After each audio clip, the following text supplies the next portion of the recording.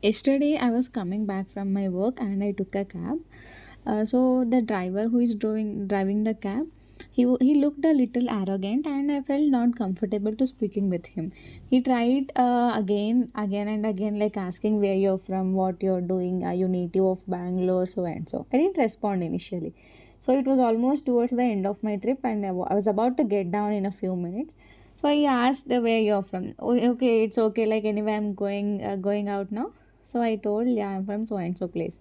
And he said, I'm also from the same place. I mean, a nearby place. It's just nearby. And then he was having a conversation. And you believe me, at the end, the complete perspective I had at him in the beginning has completely changed. And he was saying the reality of life we were speaking about. Like, he also studied well, but he's driving a cab now, and I'm working now. We had a discussion. So I think like we should never ever assume just by looking at some person. I mean, who knows what is there inside, what's there behind the person or so. So I'll add the conversation I had with the person, and you can listen also. ಅಲ್ಲ ತಿಂಗಳಲ್ಲ ದಿನ ಹೇಳ್ತೀನಿ ನೋಡಿ. ದಿನದ ಹೇಳಿ. ದಿನ ಒಂದು 4-4.5 ಸಾವಿರ ಆಗುತ್ತಾ?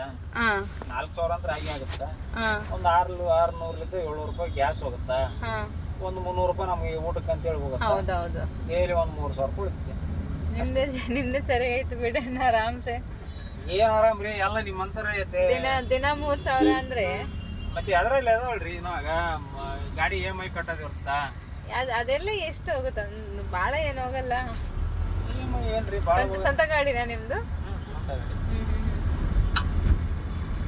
ಈಗ ನೋಡಿ, ನಾವೆಲ್ಲ ಓದ್ಕೊಂಡು ಎಲ್ಲ ಮಾಡಿ ಏನ್ ನಾವು ದುಡಿಯೋದು ಅಷ್ಟರಲ್ಲೇ ಇದೆ.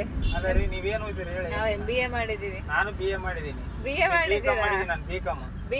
ಬಿಕಾಮ್ ಬಿಎನಾ? BCom ಕಾಮರ್ಸ್ ಮಾಡಿ BCom ಮಾಡಿದ್ದೀನಿ. ಮತ್ತೆ ಜಾಬ್ ಕಡೆ ಯಾಕೆ ಹೋಗ್ಲಿಲ್ಲ? ಜಾಬ್ BCom ಮಾಡಿಕೊಂತಾನೆ ಡ್ರೈವಿಂಗ್ ಫೀಲ್ಡ್ ಅಲ್ಲಿ ಇದೀನಿ ನಾನು.